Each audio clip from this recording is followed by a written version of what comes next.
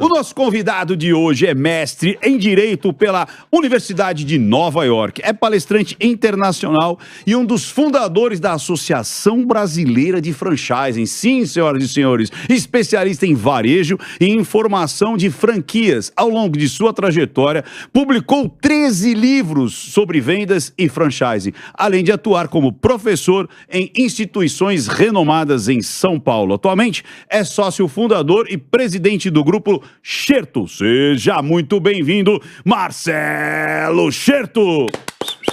Muito bom. Prazer enorme estar aqui com vocês. Eu estou me divertindo um montão aqui. Muito bom. Eu espero que as pessoas que estão nos assistindo se divirtam tanto quanto eu. Eu estou aqui morrendo de rir. Que bom, que bom. Você quer começar perguntando? Porque a gente conversava aqui nos bastidores. Verdade. Gosta sempre de pegar informações aqui. Claro que a gente não traz tudo à luz aqui, né? Os papos, porque tem muita coisa que a gente guarda pra gente. Melhor, né? Melhor a gente guardar. Tem coisas não publicáveis. Xerto, você estava contando do lado B do negócio. A gente gosta aqui de falar também, né, que do lado B, porque hoje é todo mundo se vangloriando, todo mundo trazendo glória, porque a gente sabe que o marketing pessoal virou ferramenta valiosa aí na internet. Muito. Mas ninguém fala da dificuldade, do quando quebrou. Para você, na sua carreira, você estava comentando aqui conosco que o momento que você talvez mais aprendeu foi quando você foi arrogante, snob e quebrou em determinado momento. Exatamente. Eric, eu não tenho vergonha nenhuma de falar nisso, até porque me ensinou muita coisa, né?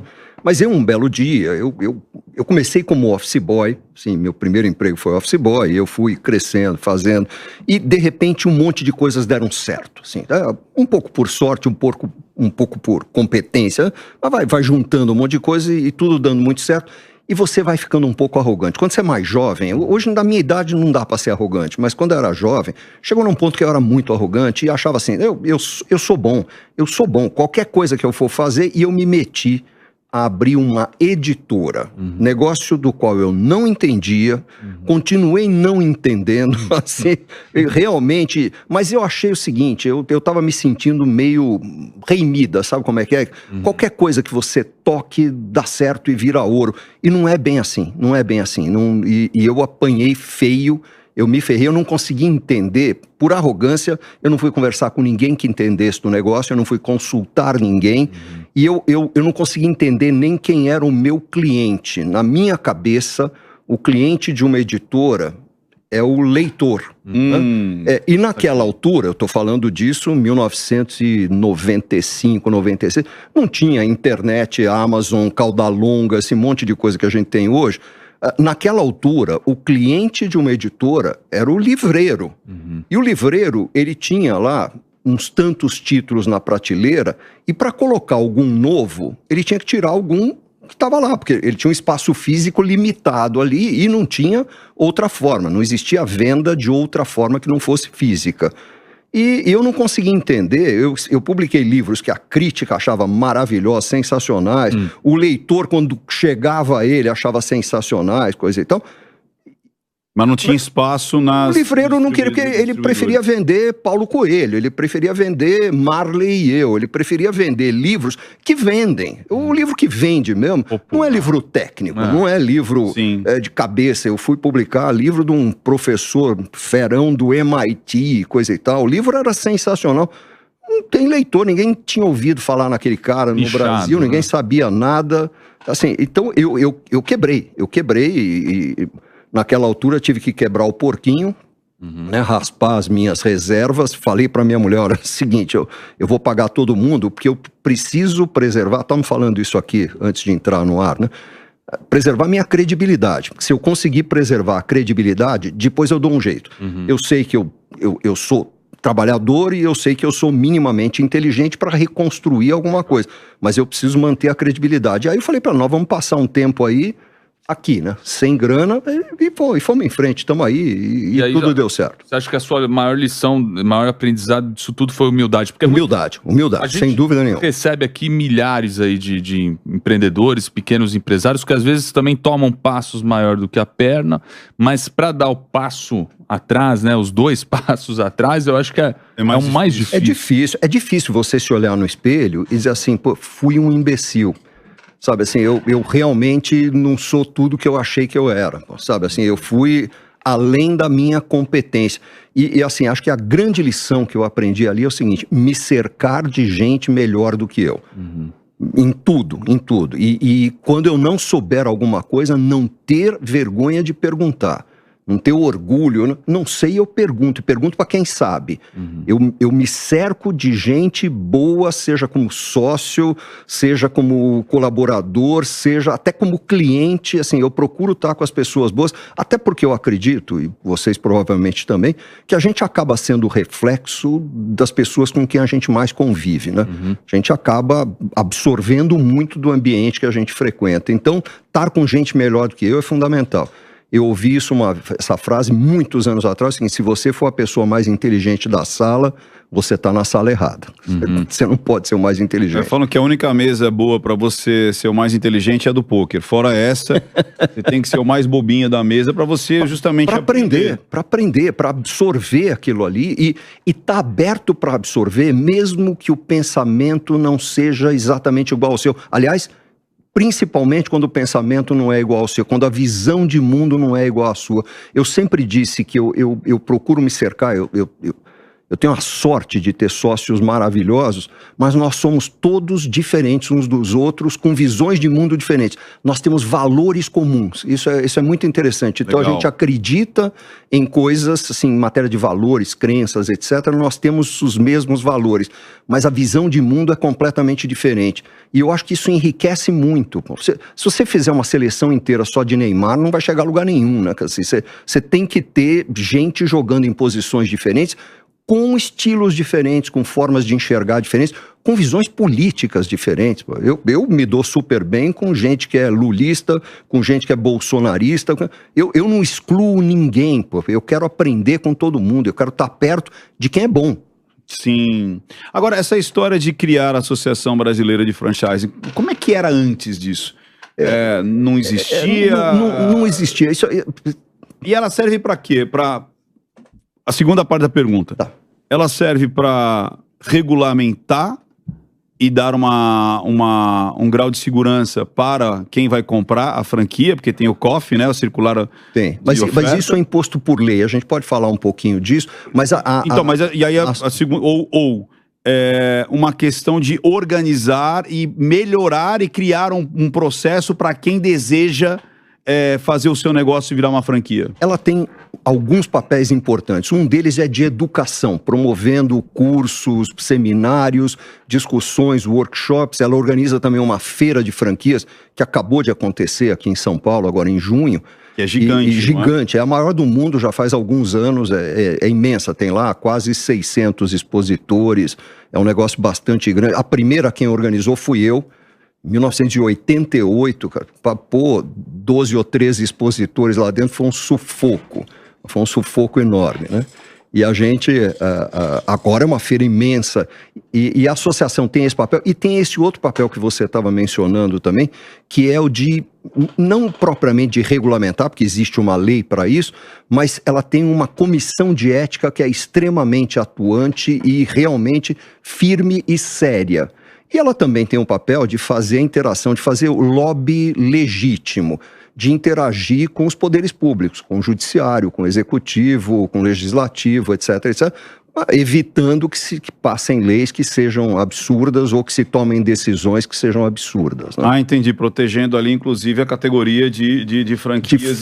Tanto de franqueadores como de franqueados, assim, evitando, agora mesmo está aí participando ativamente das discussões dessa reforma tributária e da regulamentação dela, porque se passasse a primeira versão, franqueados e franqueadores seriam seriamente prejudicados em algumas situações. Então, é importante esse papel dela, é extremamente importante. Agora, para regulamentar o franchise no Brasil, existe uma lei. A primeira versão da lei fui eu que criei, em 1994, e ela vigorou até 2020. 2020 foi alterada por uma outra lei. Até agora, mas ela tinha que passar por mudanças, porque quando eu escrevi a primeira versão da lei lá atrás, não existia e-commerce, por exemplo. Então, agora, como é que faz? Com a questão de e-commerce competindo com as franquias. Quando o franqueador quer vender via e-commerce, mas ele tem as franquias também. Então, tem que ter algumas regras novas. eu acho que a mudança que foi feita agora, muito boa, muito boa. Entrou um penetra na mesa. Entrou um cara, entrou na frente da câmera. Vamos descontar o ponto. O cara já chegou chutando o cabo da câmera, já chacoalhou a câmera. Eu tenho crédito, calma aí. Primeira vez que eu vim atrás aqui, eu acho, na vida. E aí pessoal, tudo bem? Aí, mas agora só que eu quero o seguinte, já faz uma pergunta direta. Faço na hora. Todas as empresas podem virar uma franquia? Em princípio, sim, Davi. Todo negócio é franqueável. Saber se vale a pena franquear é um ponto e se o empresário está preparado. Porque você conceder franquia, tem gente que acha que você vendeu uma franquia ou conceder uma franquia, é você deixar a pessoa colocar a marca na fachada e sair vendendo produto para ela e daí para frente ela se vira. Franquia não é isso. Franquia é transferência de know-how. Então, para transferir o know-how, você tem que ter o know-how e tem que ter esse know-how sistematizado em manuais, em vídeos, em treinamentos, em checklists e roteiros, etc, etc. De maneira que você possa, com esse know-how empacotado, transferi-lo para alguém de alguma maneira relativamente fácil. Mas tem franquia de tudo que você conseguir imaginar existe. Né? E deixa eu perguntar para o outro lado. Que tipo de empresário está pronto para comprar uma franquia? Tá bom. Aí você tem vários, né? Porque você tem... hoje em dia você tem gente que está desempregada, então a franquia virou alternativa de carreira para quem está desempregado ou ameaçado de ficar desempregado, ou até para quem está cheio de trabalhar na grande corporação, não está desempregado, não está ameaçado, mas não aguenta mais aquela vida de executivo, né, ou de funcionário e quer sair, quer se aventurar no mundo do negócio próprio, só que não se sente pronto para sair com um negócio do zero. A grande maioria das pessoas não tem condições de estabelecer um negócio partindo do zero. Precisa de alguma ajuda, ou de orientação, ou de consultoria, ou de uma franquia, ou de treinamento, alguma coisa. Mas, assim, não dá. A faculdade não forma nenhum de nós para coisa nenhuma. Eu me lembro, assim, eu fiz até faculdade, depois fiz mestrado, então, ninguém nunca me deu uma aula de vendas, nunca ninguém me disse como eu contrato uma secretária, nunca ninguém me disse onde eu localizo um escritório físico, se eu tiver que ter escritório físico, ninguém nunca me disse como é que eu negocio um contrato de aluguel, de equipamentos, as coisas práticas, nenhuma faculdade ensina, né? Então a gente tem que aprender na vida e aprender de preferência com os outros, que é mais rápido e mais barato, né? Terceira pergunta já aqui direto. Que vai lá, Davi. Já que você chegou, meu filho, para não ter o ponto descontado, agora você vai ter que trabalhar. Você tem que mostrar serviço.